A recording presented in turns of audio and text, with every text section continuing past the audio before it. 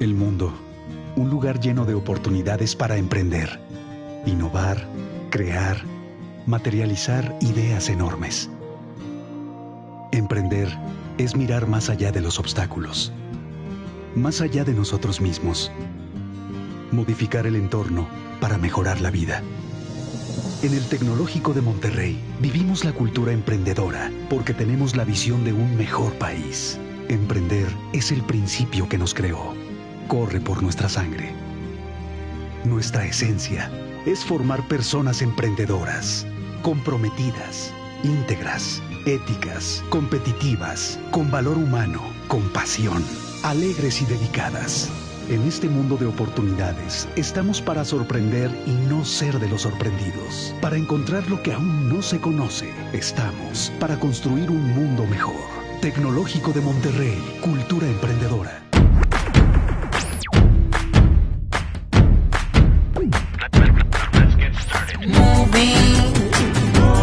All the people moving.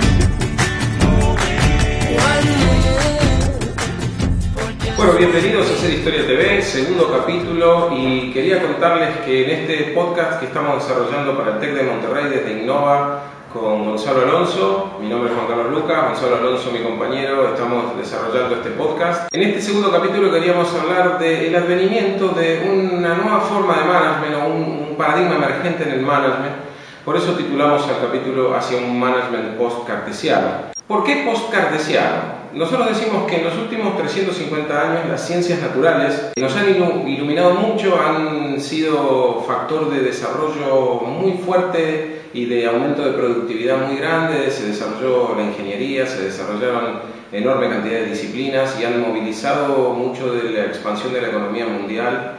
Pero también nos han generado, además de esa iluminación, ciertas cegueras. Nos hemos vuelto contempladores distanciados del mundo. Miramos el mundo desde afuera como algo que debemos explicar, que debemos predecir en su evolución, como si fuéramos observadores que no tenemos la posibilidad de intervenir en ese proceso o en ese fenómeno que observamos.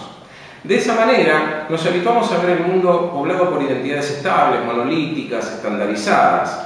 Y en el management esto se traduce, si entendemos el management por acción colectiva o producción de acción colectiva efectiva, el modelo de las ciencias naturales aplicado al management se ha traducido en que nuestro sentido común dominante acerca de lo que es gestionar, de lo que es administrar, implica la optimización de una máquina que llamamos organización. Y entonces, si tenemos que optimizar la maquinaria de manera tal de que cada uno de los componentes de esa máquina, cada uno de los elementos que son las personas, funcionen adecuadamente, lo que hacemos es definir para cada una de ellas un rol lo más explícito posible, lo cual implica a su vez que este rol tiene un techo.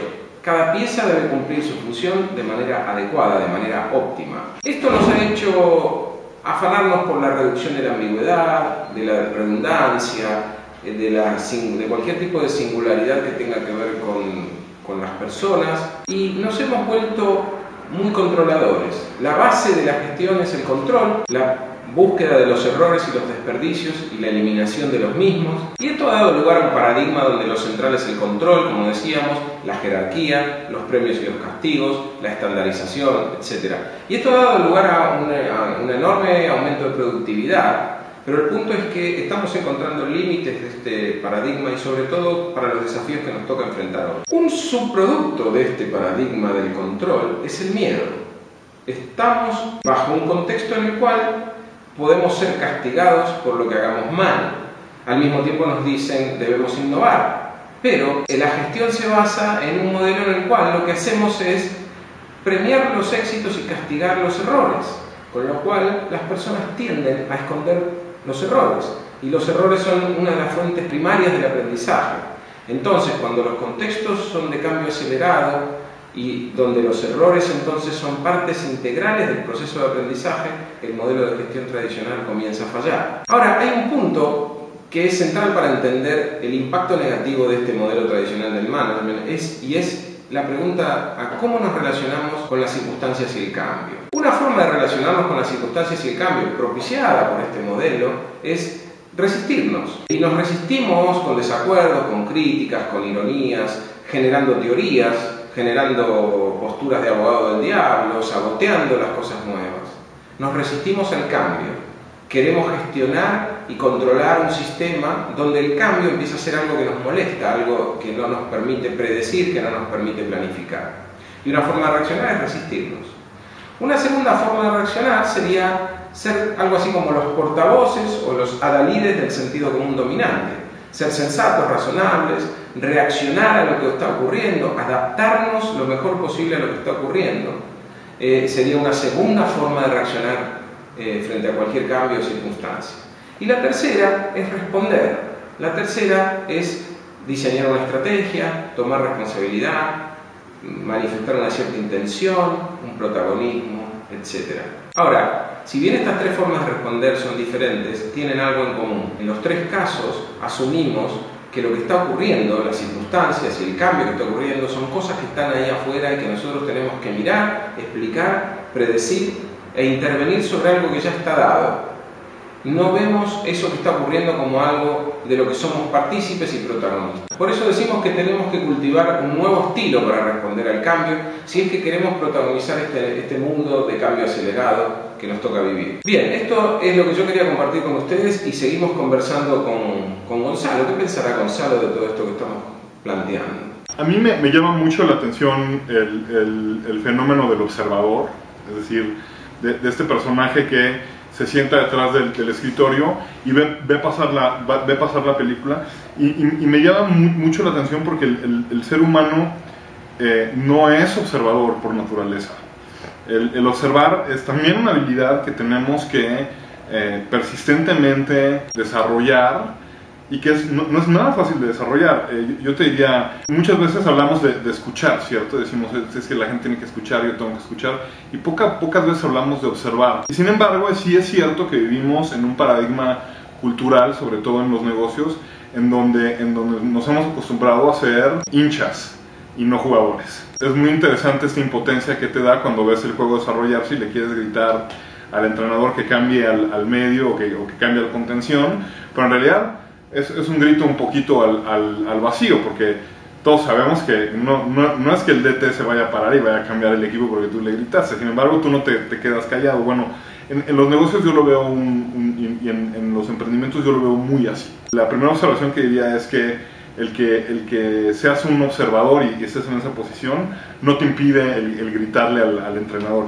Y eso es muy importante porque cuando menos te recuerdas a ti mismo que sí puedes hacer algún tipo de acción sobre esa película que te está pasando enfrente de ti, ¿no? ¿Qué tanto esa acción impacta o no a los hechos? Bueno, relativo, y ahí es donde entra el verdadero juego, que es cómo le hago para desde mi escritorio volverme un jugador. Y ese es el verdadero reto. Y el primero, yo diría, es un juego de percepciones.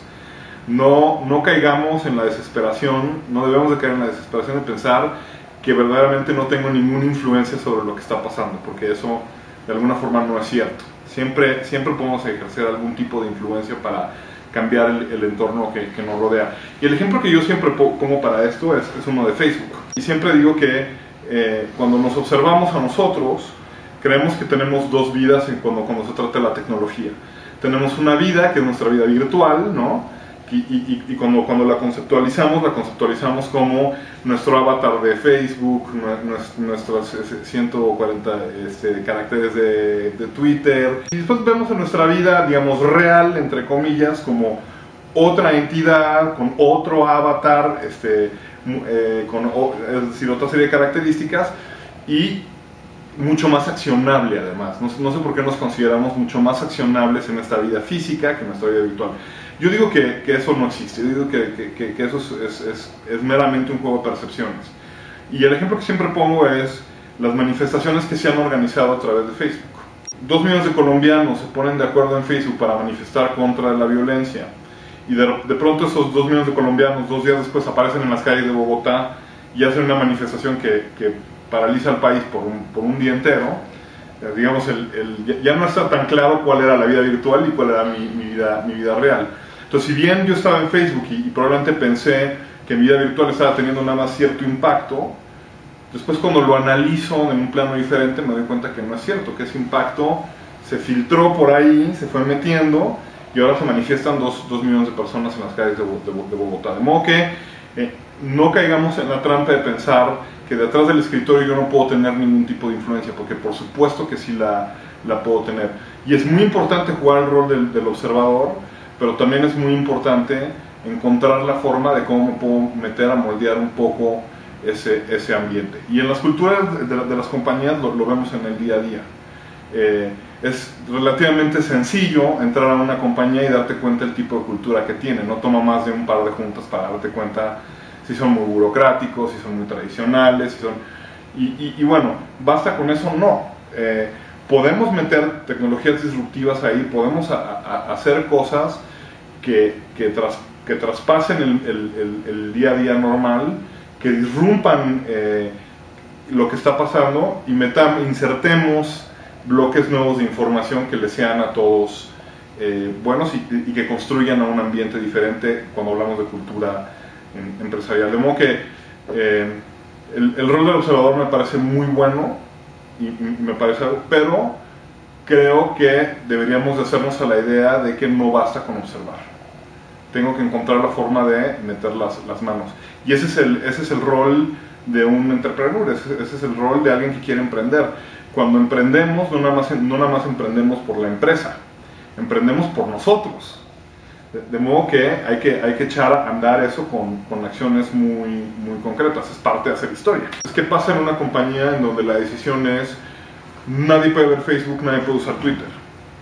Bueno, de alguna forma estás coartando a esas personas a una integración multicultural, multiintelectual y multidisciplinaria, porque además en un mundo como en el que hoy vivimos, en donde nuestros círculos de influencia son relativamente chiquitos físicamente hablando, bueno, si yo no influyo en estas plataformas, entonces ¿cómo le hago para accionar estos cambios y dejar de ser un simple observador, ¿no?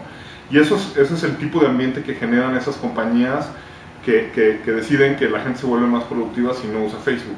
Pero no les prohíben fumar, ¿verdad? Y entonces se bajan a fumar cada 15 minutos. De modo que, fíjense cómo la omisión de acción también produce efectos secundarios. Es decir, bueno, sí quito Facebook porque está ahí enfrente de la computadora de todos, pero entonces ¿por qué no dejas de contratar a personas que fuman? Porque esos también pierden productividad bajando cada hora en su cigarro, pierden 10 minutos de cada hora. Y yo soy un fiel creyente que las empresas de hoy son empresas de acción, no son empresas pasivas, digamos, ¿no? Este rol de las empresas pasivas creo que ya pasó hace muchos años. Las empresas el día de hoy requieren de mucha acción. All the people moving,